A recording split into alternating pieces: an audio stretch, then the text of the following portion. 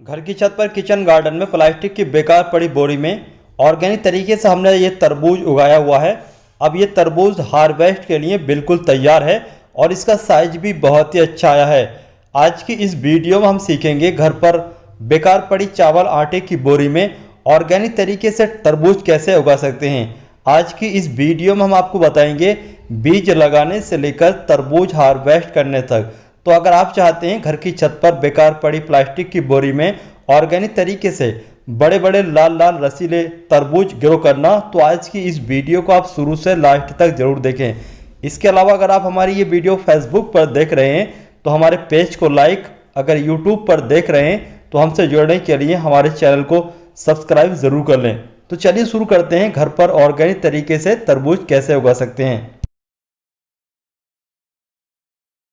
घर की छत पर किचन गार्डन में ऑर्गेनिक तरीके से लाल लाल रसीले तरबूज ग्रो करने के लिए सबसे पहले आपको चाहिए बेहतरीन क्वालिटी के तरबूज के बीज। जैसे कि मेरे हाथ में यहाँ पर देख रहे हैं, यह है बेस्ट क्वालिटी के तरबूज के पैकेट और इनके जो तरबूज के बीज हैं ये बहुत ही अच्छे तरीके से ग्रो होंगे। तो ये दो तरह की वैरायटी के बीज के पैकेट हैं। बीज खरीदते समय आपको बस यहाँ पर एक बात का ये ध्यान रखना है, जो भी बीज आप खरीद रहे हैं वो एक्सपायरी नहीं होना चाहिए। कभी कभी क्या होता है कि ज़्यादातर दुकानदार ऐसा करते हैं कि पिछले साल के बीज बच गए और बचने के बाद वो 10-20 रुपए वाले पैकेट तैयार कर लेते हैं और उसको अगले साल बेच देते हैं। इससे क्या होता है कि जो लोग खरीदते हैं बीज, उनका जो बीज है वो ग्रो नहीं हो पाता है, उसके ग्रो होने के चांस बहुत ही कम होते हैं, जर्मिनेशन रेट बहुत ही कम होता है अगर बीज पुराना होता है। तो अगर आप तरबूज ही ग्रो करना चाहते हैं, वो भी बड़े बड़े तरबूज ग्रो करना चाहते हैं, तो आपको जो बीज खरीदना है वो बीज खरीदना है जो किसानों के लिए बड़ा पैकेट होता है, जिस पे एक्सपायर भी होती है, और बढ़िया वैरायटी का बीज का पैकेट आपको खरीदना है। तभी आप अपने किचन गार्डन में तरबूज बड़े बड़े ग्रो कर सकते हैं। इसके अलावा अगर बढ़िया वैरायटी का बीज का पैकेट होगा तो उस पर बीमारी लगने के चांस भी बहुत ही कम होते हैं। तो हमने यहाँ पर दो तरह की वैरायटी के तरबूज के ये पैकेट खरीदे हुए हैं। आज जो हम ग्रो करने जा रहे हैं वो ये वाला ग्रो करेंगे।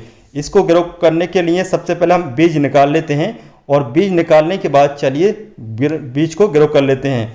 यहाँ पर एक बात का ये ध्यान रखना है, हमें डायरेक्ट बड़े गमले में बीज नहीं लगाने हैं, बल्कि पहले तरबूज की पौध तैयार करनी है और पौध तैयार करने के बाद उस पौध को बड़े गमले में या फिर ग्रो बैग में या फिर जो बेकार आटे चावल की बोरी होती है उसमें लगाएंगे। तो सबसे पहले हम बीज को डायरेक्ट पौध तैयार नहीं करेंगे, बल्कि हम पहले बीज को लगभग 6 से 7 घंटे तक भिगो के रखेंगे, उसके बाद में ग्रो करेंगे। अगर आप 6 से 7 घंटे तक पानी में भिगो के रखने के बाद बीज लगाते हैं तो आपके बीज की ग्रोथ जल्दी स्टार्ट होती है, बीज ज़्यादातर ग्रो हो जाते हैं। हमने यहाँ पर इस गिलास में पानी लेने के बाद बीज को पानी में डाल दिया है। तो चलिए 6-7 घंटे के बाद इन तरबूज के बीज को लगाएंगे। तरबूज की पौध को तैयार करने के लिए आपको सीडलिंग ट्रे का इस्तेमाल नहीं करना है, बल्कि गहराई वाली कोई भी दूसरे गमले का इस्तेमाल करना है या फिर इस तरीके के प्लास्टिक के गिलास का इस्तेमाल करना है। इस तरीके के गिलास में अगर आप तरबूज की पौध तैयार करते हैं तो आपकी तरबूज की पौध अच्छी तरीके से ग्रो हो जाती है। तरबूज की जो पौध होती है उसकी जड़ बहुत गहराई तक जाती है, इसलिए आपको गहराई वाला पॉट इस्तेमाल करना है। इसके अलावा जो भी कप गिलास या फिर जो भी सीडलिंग ट्रे या फिर गमला इस्तेमाल कर रहे हैं उसके बॉटम में इस तरीके से होल कर लीजिए, जिससे कि एक्स्ट्रा पानी आसानी से बाहर निकल जाए। गिलास में हमने सॉइल मीडिया भर लिया है। सॉइल मीडिया भरने के बाद एक एक गिलास में एक एक बीज लगा रहे हैं। बीज लगाने के बाद अच्छी तरीके से पानी देंगे। पानी देने के बाद में इस गिलास को हम ऐसी जगह रखेंगे जहां पर डायरेक्ट पूरा दिन की धूप आती हो। यहाँ पर जो हमने ये सॉइल मीडिया तैयार किया है, इस सॉइल मीडिया को हमने इस तरीके से तैयार किया है। हमने 10% गोबर की खाद, 10% रीबर सैंड और बाकी का हमने इसमें अपने गमलों की गार्डन की मिट्टी के साथ थोड़ा हमने धान की भूसी को भी मिलाया हुआ है। धान की भूसी में तरबूज की ग्रोथ बहुत ही अच्छे तरीके से चलती है। बीज लगाने के बाद जैसे कि हम आपको बता चुके हैं, अच्छी तरीके से पानी देने के बाद डायरेक्ट धूप में रखना चाहिए और धूप में रखने के बाद चलिए देखते हैं ये पौधे कब तक ट्रांसप्लांट के लिए तैयार होंगे। तरबूज के बीज गिलास में लगाने के 10 से 15 दिन के बाद इस तरीके से आपकी पौध तैयार हो जाएगी। आपको पौध को ज़्यादा लंबा नहीं करना है, ज़्यादा बढ़ाना नहीं है, बल्कि इस तरीके से जब आपकी सेकेंड लीफ आ जाए उसके बाद में आप इनको ट्रांसप्लांट कर सकते हैं। तो जैसे कि आप देख सकते हैं गिलास में काफ़ी सारी रूट्स भी बन चुकी हैं। चलिए अब हम इनको ट्रांसप्लांट कर लेते हैं। तरबूज के छोटे पौधों को बड़े गमले में लगाने के साथ साथ हम इस प्लास्टिक की बोरी में भी ग्रो करेंगे। इस तरीके की प्लास्टिक की बोरी में आटा चावल आता है।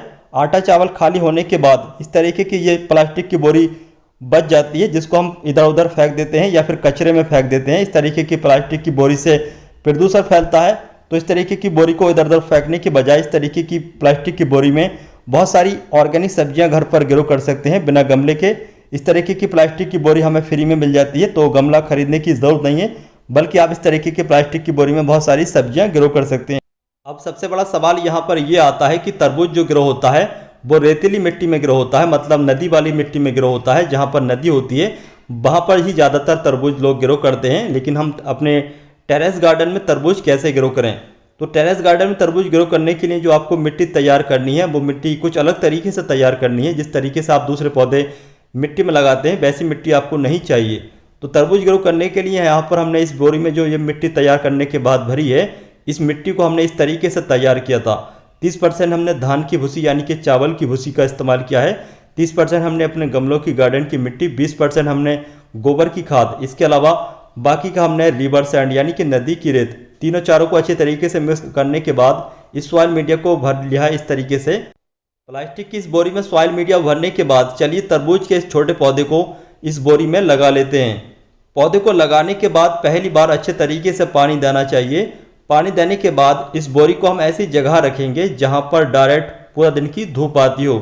तरबूज की ग्रोथ के लिए पूरा दिन की धूप मिलना बहुत ही ज़्यादा ज़रूरी है। बाकी के पौधे हम दूसरी बोरी में और दूसरे गमले में लगा लेंगे। इसके अलावा यहाँ पर एक बात का ये ध्यान रखें, जो भी आप गमला ले रहे हैं या फिर इस तरीके की जो भी बोरी का इस्तेमाल कर रहे हैं उसके बॉटम में होल जरूर कर लें, जिससे कि फालतू पानी, एक्स्ट्रा वाटर आसानी से बाहर निकल जाए। घर पर बेकार पड़ी आटा चावल की इन प्लास्टिक की बोरी में तरबूज के छोटे पौधे लगाने के बाद 15 दिन के बाद का ये रिजल्ट है। इन पौधों की ग्रोथ बहुत ही अच्छे तरीके से चल रही है। पौधे बिल्कुल ग्रीन और हेल्थी हैं, लेकिन कुछ पौधों पर कुछ बीमारी ने अटैक कर दिया है, जिससे ये पौधे थोड़ा स्लो ग्रो हो रहे हैं, जैसे कि आप यहाँ पर देख रहे हैं। इसके अलावा जो गमले में ये लगे पौधे हैं इनकी ग्रोथ काफ़ी तेज़ी से चल रही है। इनमें हमने थोड़ा वर्मी कंपोस्ट इस्तेमाल किया था, तो वर्मी कंपोस्ट के इस्तेमाल करने से इन पौधों की ग्रोथ बहुत ही तेज़ी से होने लगी, जैसे कि आप यहाँ पर देख रहे हैं। जैसे ही आपके तरबूज के पौधे इस तरीके से लगभग 1.5 से 2 फीट के हो जाएं, तो आप या तो इनको नीचे फैलने के लिए जगह दें या फिर आप चाहें तो इनको किसी भी बाइंड नेट के सहारे ऊपर चढ़ने दें। बाइंड नेट के सहारे ऊपर चढ़ने से भी आपके पौधे अच्छी तरीके से ग्रोथ करते हैं और उन बाइंड नेट में से नीचे से तरबूज लटकते हुए काफ़ी अच्छे लगेंगे। हम यहाँ पर इस गमले में 1-2 बांस गाड़ रहे हैं, तो बांस के सहारे और रस्सी के सहारे इनको हम बाइंड नेट तक ले जाएंगे। इस तरीके से बांस गाड़ने के बाद इन तरबूज के पौधों को इस तरीके की सुतली से बांध देंगे, जिससे कि ये पौधे इस सुतली के सहारे ऊपर चढ़ते रहें। इसके अलावा बांधने के बाद हम थोड़ा वर्मी कंपोस्ट ऐड करेंगे या फिर थोड़ा गोबर की खाद ऐड करेंगे, जिससे कि इन तरबूज की ग्रोथ और भी तेज़ी से होने लगे। अगर आप गोबर की खाद या फिर वर्मी कंपोस्ट इस्तेमाल नहीं करना चाहते हैं तो आप इसकी जगह जो मस्टर्ड केक का लिक्विड फर्टिलाइज़र होता है उसका भी इस्तेमाल कर सकते हैं। वैसे आपको हर 10 से 15 दिन के अंतराल पर जो मस्टर्ड केक का लिक्विड फर्टिलाइज़र होता है उसका इस्तेमाल ज़रूर करना चाहिए। उसके इस्तेमाल करने से आपके पौधों की ग्रोथ तो चलेगी ही, इसके अलावा फल फूल ज़्यादा आने के चांस होंगे।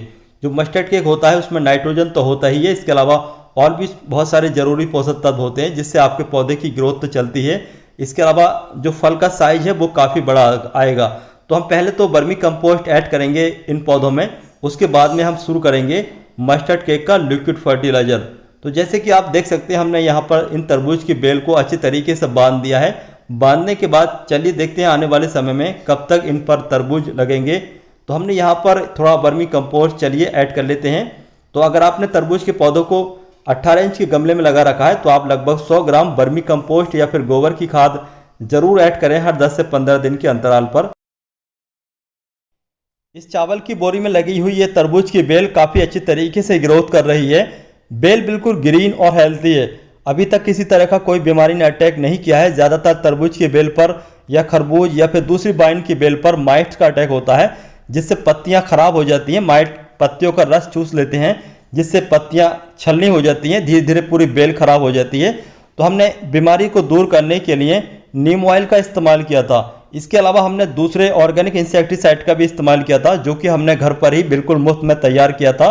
अगर आप भी उसके बारे में जानना चाहते हैं तो आप कमेंट बॉक्स में कमेंट करके हमें बता सकते हैं, हम उस वीडियो का लिंक आपको दे देंगे और आप उसको घर पर रेडी करके अपनी बेल वाले पौधों में उसका स्प्रे कर सकते हैं और बीमारी यानी कि माइट्स को दूर कर सकते हैं।